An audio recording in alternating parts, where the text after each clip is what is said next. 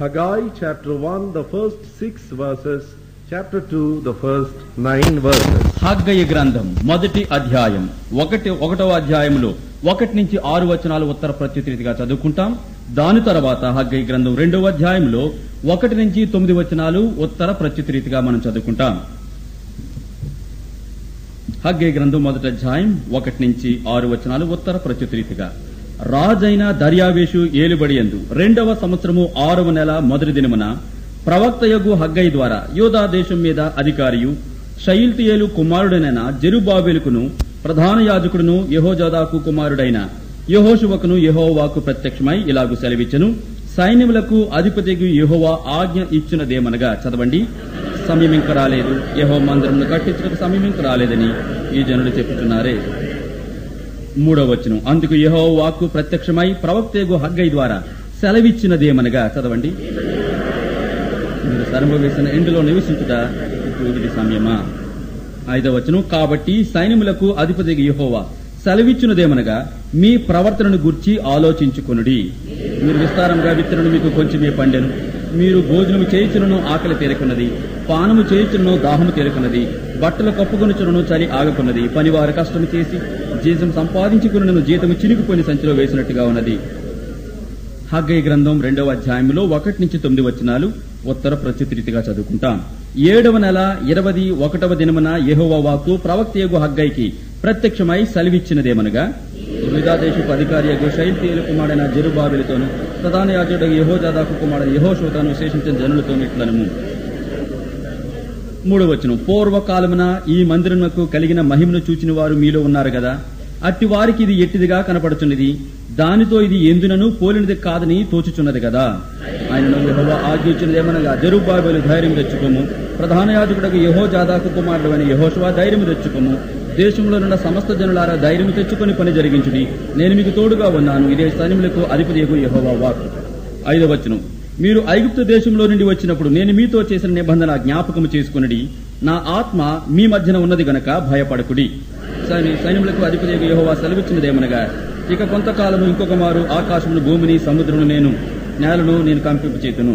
7వ వచనమండి. నేను అన్య జనులందరినీ కదిలింపగా అన్యజనులందరి యొక్క ఇష్ట వస్తువులు తేబడును, నేను ఈ మందిరమును మహిమతో నింపుదును, ఇదే సైన్యములకు అధిపతియగు యెహోవా వాక్కు. 9వ వచనమండి. ఈ కడవరి మందిరం యొక్క మహిమ మునుపటి మందిరం యొక్క మహిమను మించునని సైన్యములకు అధిపతియగు యెహోవా సెలవిచ్చుచున్నాడు. ఈ స్థలమందు నేను సమాధానమును నిలుపునను గ్రహించదను, ఇదే సైన్యములకు అధిపతియగు యెహోవా వాక్కు.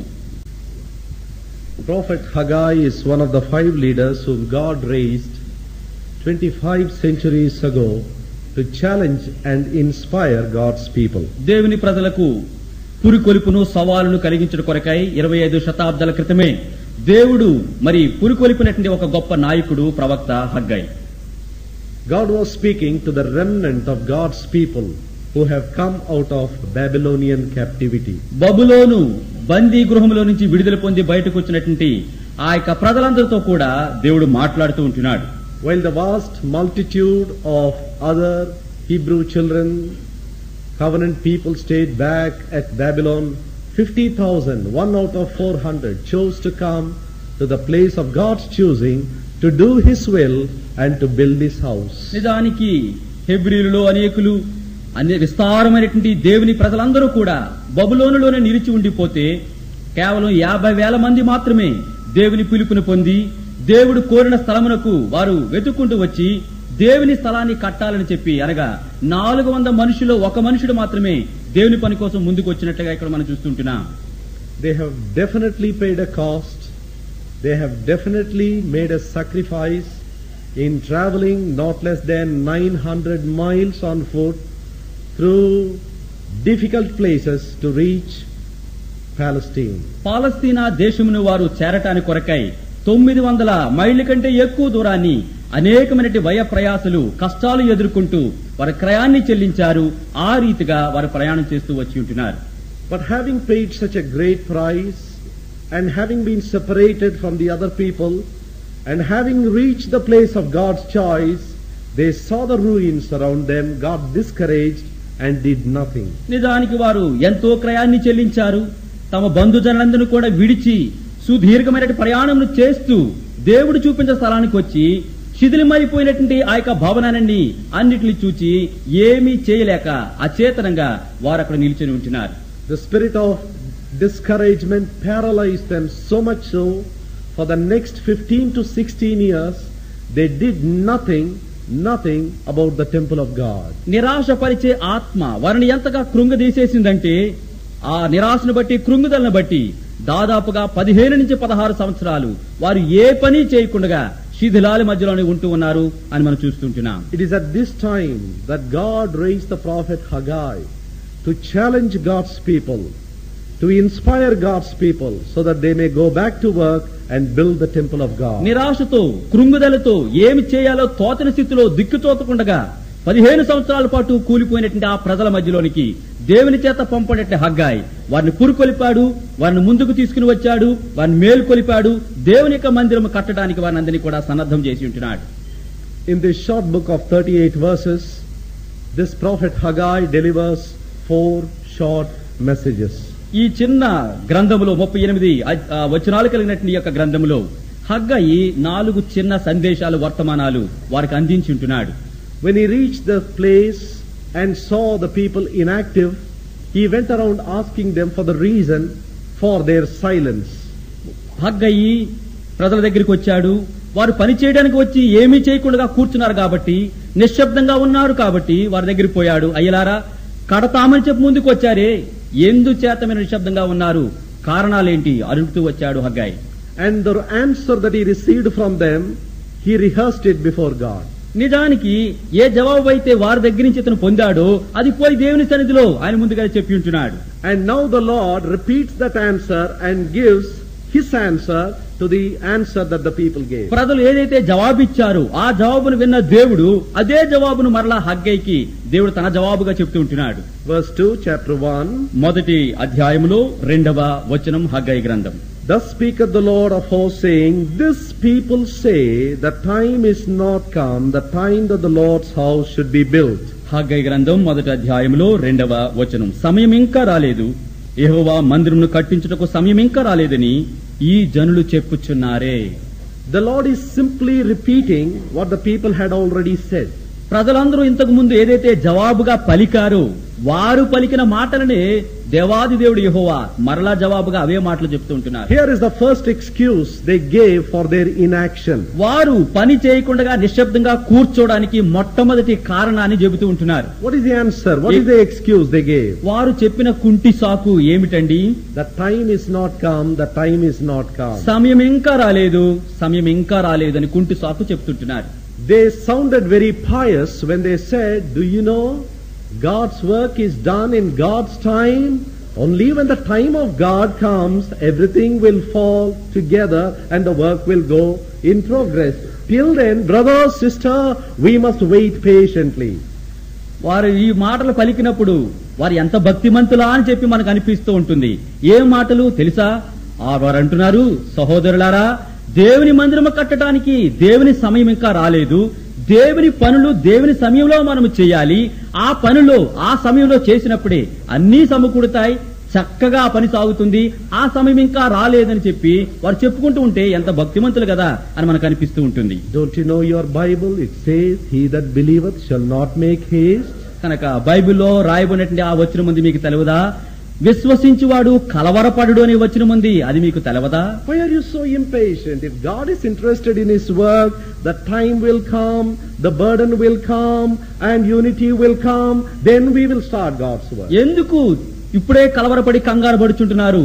యెహోవా సమయం వచ్చినప్పుడు, దేవుని సమయం వచ్చినప్పుడు మనలో ఐక్యత వస్తుంది, మనలో భారం పెరిగిపోతూ ఉంటుంది, అన్ని వనరులు సమకూర్చబడతాయి, అప్పుడు కట్టుకుందాం, ఇంకా సమయం రాలేదు, కూర్చుందాం అంటున్నారు. Though they sounded so pious, God tore open that excuse of piety and saw inside the carnality of their excuse. వారు భక్తి గొలిపే మాటల లోపల శరీరానుసారమైనటువంటి హృదయం ఉందని చెప్పి ఆ భక్తి గల మాటలను బట్టి వారిని ప్రభు చెబుతూ ఉంటున్నాడు.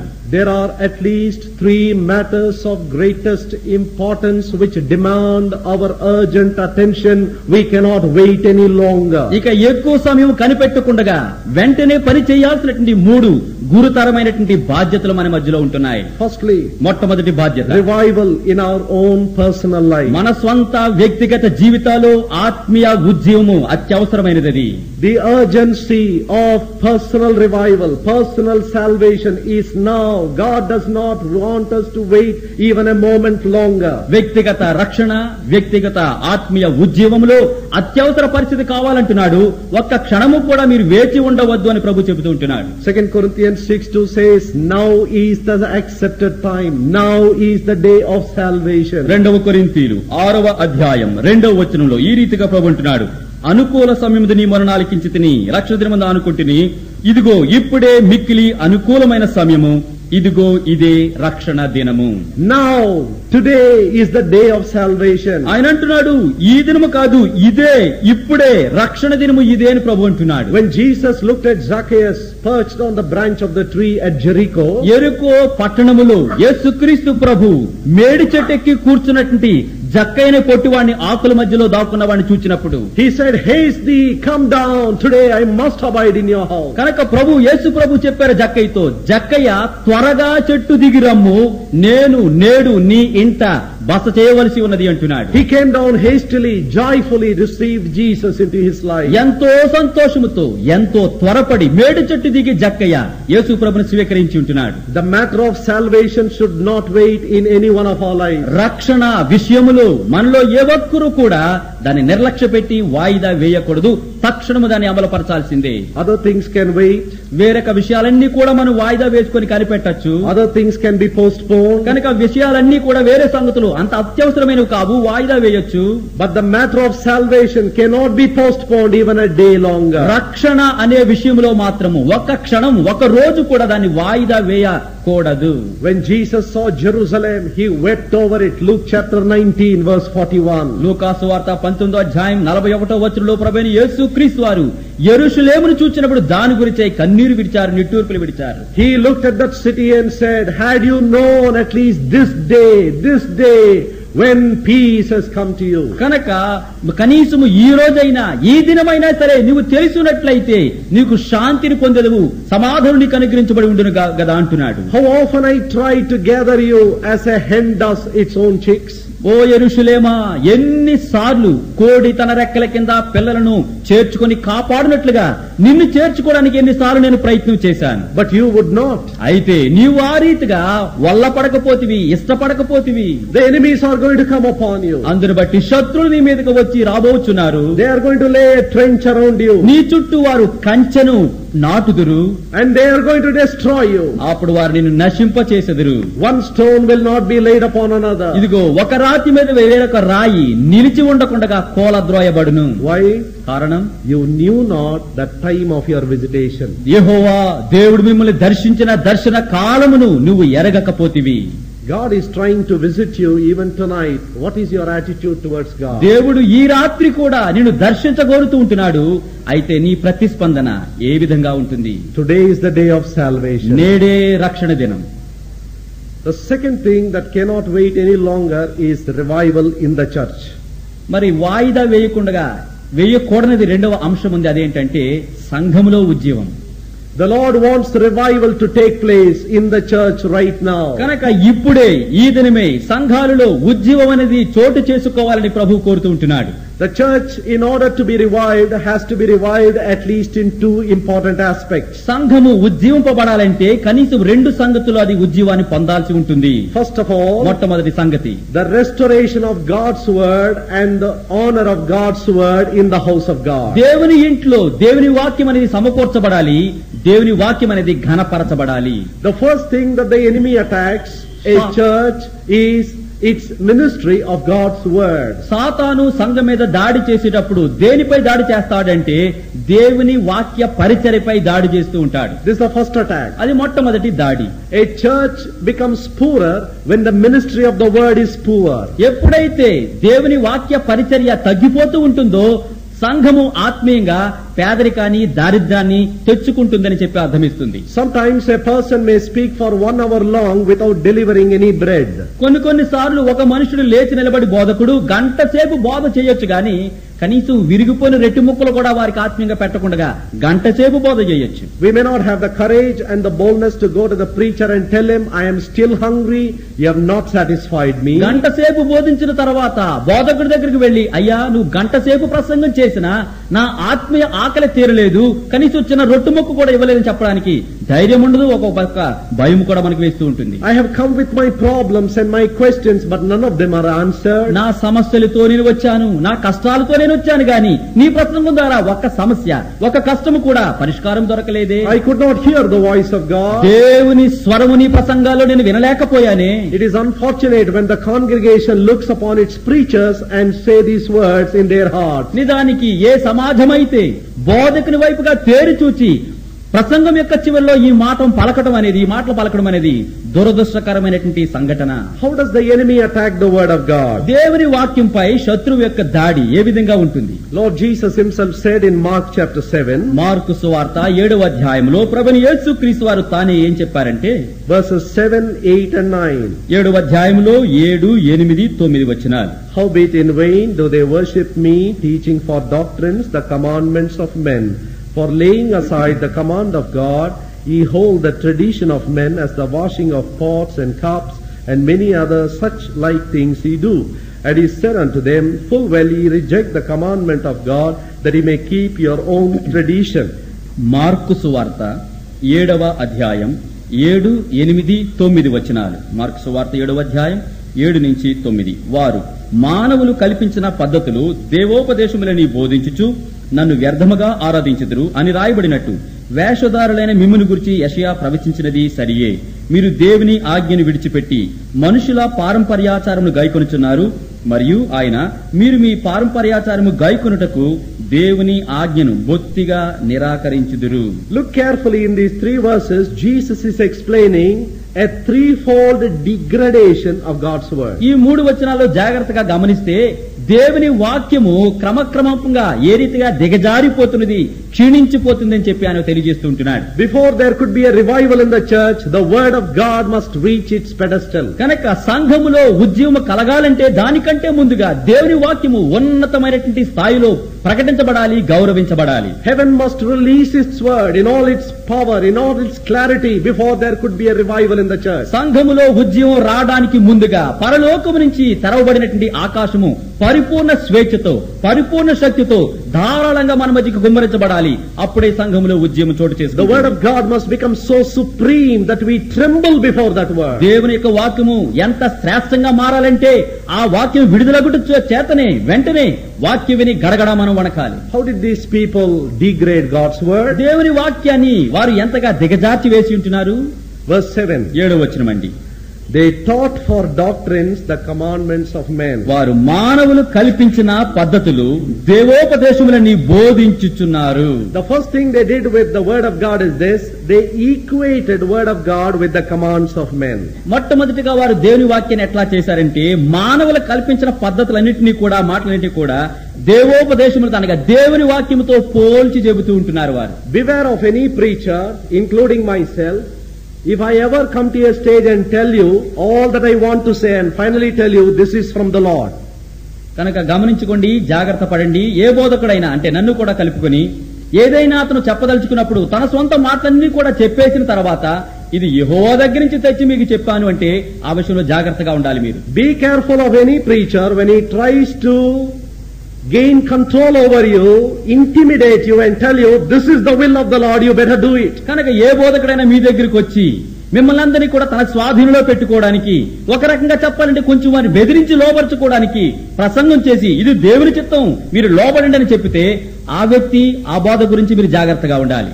Even Lord Jesus, who is your Savior, will not force you to do something which you are not willing to do. కనుక మీ రక్షకుడైన యేసుక్రీస్తు ప్రభువు కూడా దేనికైతే మీరు ఇష్టపడరో దాన్ని చెయ్యండి అని ఎప్పుడు మిమ్మల్ని బలవంతపు చేయడు. God will wait for your consent. He will give you only His counsel and want your willing cooperation to do His will. దేవుడు తన ఆలోచన మీకు ఇస్తాడు, సలహాను మీకు ఇస్తాడు. మీ దగ్గర నుంచి మీ అనుమతి వస్తుందా, మీరు దానికి లోబడతారని వేచి ఉంటాడు తప్ప బలవంతము చేయడు. Even Paul, the leading exponent of God's word in the first century, మొదటి శతాబ్దములో దేవుని వాక్యాన్ని చక్కగా విశదీకరించి బోధించినటువంటి అప్పొస్తున్నటువంటి పౌలు కూడా ఏం చేశాడంటే, look at the language that he uses, especially in 1 Corinthians chapter 7. మొదటి కొరింథీ 7వ అధ్యాయములో అప్పొస్తలుడైన పౌలు వాడిన మరి పదజాలం, భాష ఒక్కసారి గమనించండి. In this particular chapter, he is speaking about marriage and divorce. ఇక్కడ వివాహాన్ని గురించి, ఆ తర్వాత మరి విడాకుల గురించి కూడా ఇక్కడ చక్కగా వివరిస్తూ ఉంటున్నాడు. He is dealing with a very important problem in the society. సమాజంలో ఎంతో ప్రాముఖ్యమైనటువంటి ఒక సమస్యని గురించి ఆయన మరి చెబుతూ ఉంటున్నాడు. I just want to highlight two expressions of Paul found in verse 10 and verse 12. 10వ వచనంలోను 12వ వచనంలోను అపొస్తలుడైన పౌలు వ్యక్తీకరించిన ఆ భాషా భావాన్ని మాత్రమే మీకు చెప్పాలని కోరుతుంటున్నాను. Verse 10 he says, కొరింథీయులకు రాసిన మొదటి పత్రిక 7వ అధ్యాయం 10వ వచనంలో, unto the married I command, yet not I, but the Lord. మొదటి కొరింథీ 7వ అధ్యాయం 10వ వచనం, మరియు పెండ్లి అయిన వారికి గమనించండి, నేను కాదు ప్రభువే ఆజ్ఞాపించున్నదేమనగా. Verse 12, 12వ వచనం, but to the rest speak I, not the Lord. కనుక మరి తక్కిన వారితో నేనే తక్కిన వారితో చెప్పినదేమనగా ప్రభు కాదు నేనే చెప్పుచున్నాను అంటున్నాడు. What a humble servant. ఎంత దీనుడైన దాసుడు అపొస్తలుడైన పౌలు. Paul could distinguish two kinds of counsels in his message. పౌలు తన యొక్క ప్రసంగంలో 2 రకాల సలహాలుంటున్నాయి, వాటి మధ్య తేడాను కూడా చక్కగా గుర్తించి చెబుతూ ఉంటున్నాడు. వారి Certain things he was very dogmatic, very emphatic. He said this is from the Lord, very clear. కొన్ని సంగతులు సత్యాలు చెప్పే విషయంలో ఎంతో పట్టుదల కలిగి ఎంతో నొక్కి చెబుతూ ఇవి నా మాటలు కాదు, ఇది ప్రభువారి యొక్క మాటలు, ప్రభు యొక్క ఆజ్ఞ అని చెబుతుంటున్నాడు. I received it of the Lord, I am simply passing it on to you. కనుక నేను మీకు ఇచ్చిన దానిని ప్రభు అయిన యేసు వలన పొందితిని అంటున్నాడు. But in certain other matters, మరికొన్ని విషయాలకు వచ్చేసరికి this is not from the Lord, this is from me. ఇది ప్రభువు కాదు, నేనే మీకు చెప్పుచున్నాను, ఇవి నా మాటలని తన మాటలుగా చెప్తూ ఉంటున్నాడు. What a humble servant he was to confess it is not from the Lord, this is my counsel, you please consider it. ఎంత దీనుడైన దాసుడో చూడండి, తన మాటలు దేవుని మాటలుగాని చెప్పడం లేదు, ఇవి ప్రభు మాటలు కానే కాదు, నా మాటలు ఇవి, ఆలోచించండి, మీకు ఇష్టమైతే చేయండి అని చెప్తూ ఉంటున్నాడు. We degrade God's word when we try to put our counsels in equation to the revealed will of God. బయలుపరచబడిన దేవుని చిత్తానికి మన చిత్తాన్ని కలిపేసుకుని ఇది మరి మీరు చెయ్యండి అని చెప్పి ఎప్పుడైతే చెప్తామో దేవుని వాక్యాన్ని మనం దిగజారుస్తున్నామని చెప్పి అర్థము. And the second degradation, రెండవదిగా దేవుని వాక్యాన్ని వారు ఎట్లా నీరుగార్చారంటే, in verse 8, Mark chapter 7 verse 8, mark సువార్త 7వ అధ్యాయంలో 8వ వచనమండి, laying aside the command of God, ye hold the tradition of men. In the beginning, command of men, word of God given equal status.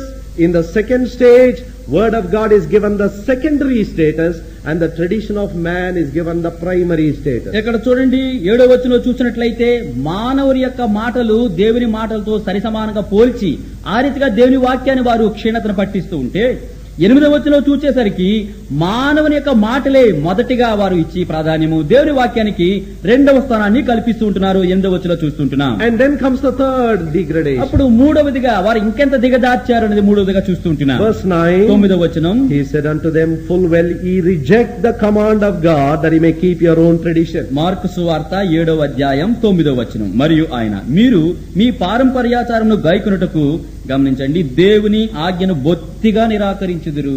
See how carefully, how subtly the enemy degraded and eliminated God's word. చూడండి ఎంత కుయుక్తిగా, ఎంత నేర్పరతనముతో శత్రువు సాతాను దేవుని వాక్యాన్ని మనుషుల యొక్క జీవితాల్లోంచి క్రమక్రమంగా తీసివేస్తూ దిగజార్చి వేస్తున్నాడు. చూడండి Equal status to commands of men. మొట్టమొదటిగా ఎట్లా దిగజార్చాడు, దేవుని ఆజ్ఞలను మనిషి యొక్క బోధలతో ఆ యొక్క పద్ధతితో సరి సమానంగా చేసి చూపించాడు.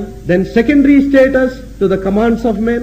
ఆ తర్వాత దేవుని యొక్క ఆజ్ఞ 2వ స్థానానికి, మనుషుల యొక్క ఆజ్ఞ మొదటి స్థానానికి పెట్టాడు. And third step, no status at all ఇక to the word 3వ of స్థానంలో God. చూసినట్లయితే దేవుని వాక్యానికి స్థానం లేకుండా ఆజ్ఞను బొత్తిగా నిరాకరించేసినట్లుగా చేశాడు. We need to distinguish whoever teaches, whoever preaches, what is coming out, is it from the Lord or is it from this particular preacher? విశ్వాసమైనటువంటి మనం ఎంతో జాగ్రత్తగా గమనించాల్సిందంటే ఏ బోధకుడు బోధించినా, ఏ ఉపన్యాసకుడు ఉపన్యసించినా ఇది ప్రభు యొక్క వాక్యమునుసారంగా దేవుని దగ్గర నుంచి వచ్చిన బోధ, కాదా అది మనం గుర్తించాలి. When Bereans heard the word of God, ఎప్పుడైతే బెరయా సంఘ విశ్వాసులు దేవుని వాక్యాన్ని విన్నారో, they did not say to each other, look, here is the leading exponent of first century Christianity.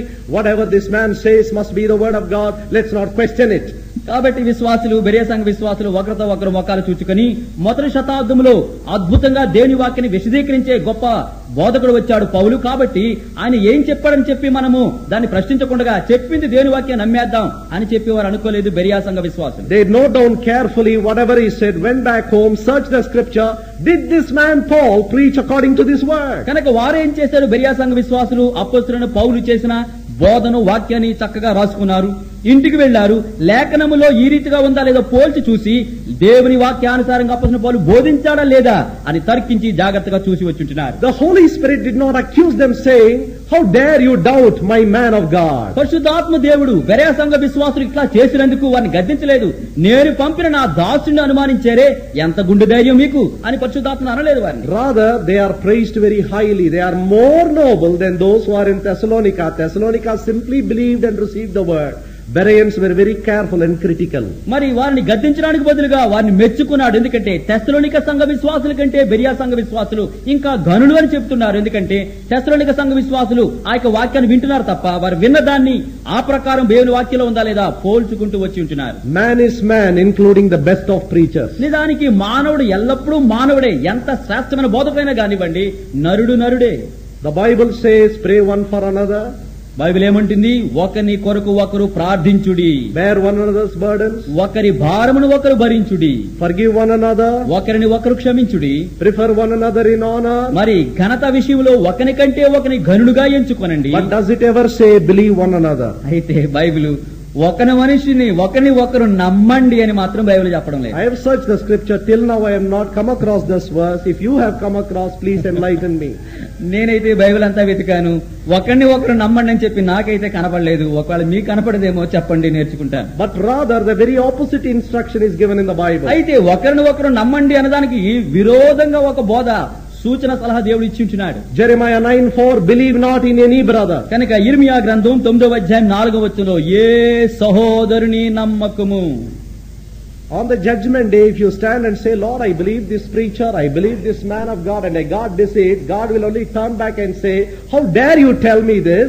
Did you not read in my word? Did I ever tell you to believe any man? కాబట్టి తీర్పు జరుగు దినమునాడు ఏ విశ్వాసైనా ఏ సహోదరైనా సహోదరుడు లేచి ప్రభు దగ్గరికి వచ్చి, ప్రభువా నువ్వు పంపిన లేకపోతే మా సంఘానికి వచ్చిన ఈ బోధకుడిని, ఈ యొక్క పెద్దను, ఈ యొక్క ప్రసంగికుని నేను నమ్మాను కాబట్టి మోసపోయాను అంటే ప్రభు అంటాడు, ఎంత ధైర్యం నీకు, నా దగ్గరికి వచ్చి ఈ మాట చెప్తుంటున్నావు, దేవుని వాక్యంలో నేను ముందే చెప్పలేదా, ఏ సహోదరుని నమ్మద్దని నేను చెప్పలేదా అని ప్రభు మనల్ని ప్రశ్నిస్తాడు. Did I not write in your Bible, believe not, beloved, believe not every spirit, but try whether the spirits, whether they are of God? కాబట్టి నేను నీ వాక్యంలో నా వాక్యంలో రాసి పంపించలేదా, ప్రతి ఆత్మను నమ్మకుడి, కానీ మీ దగ్గరికి వచ్చిన ఆత్మ అది దేవుని ఆత్మో కాదో మీకు మీరే వివేచించుకునడని నేను మీకు ముందుగానే చెప్పలేదా అంటున్నాడు. Why were you not careful? ఎందుకు నేను ఈ మాటలు చెప్పినా జాగ్రత్త పడలేదు మీరు? Did I not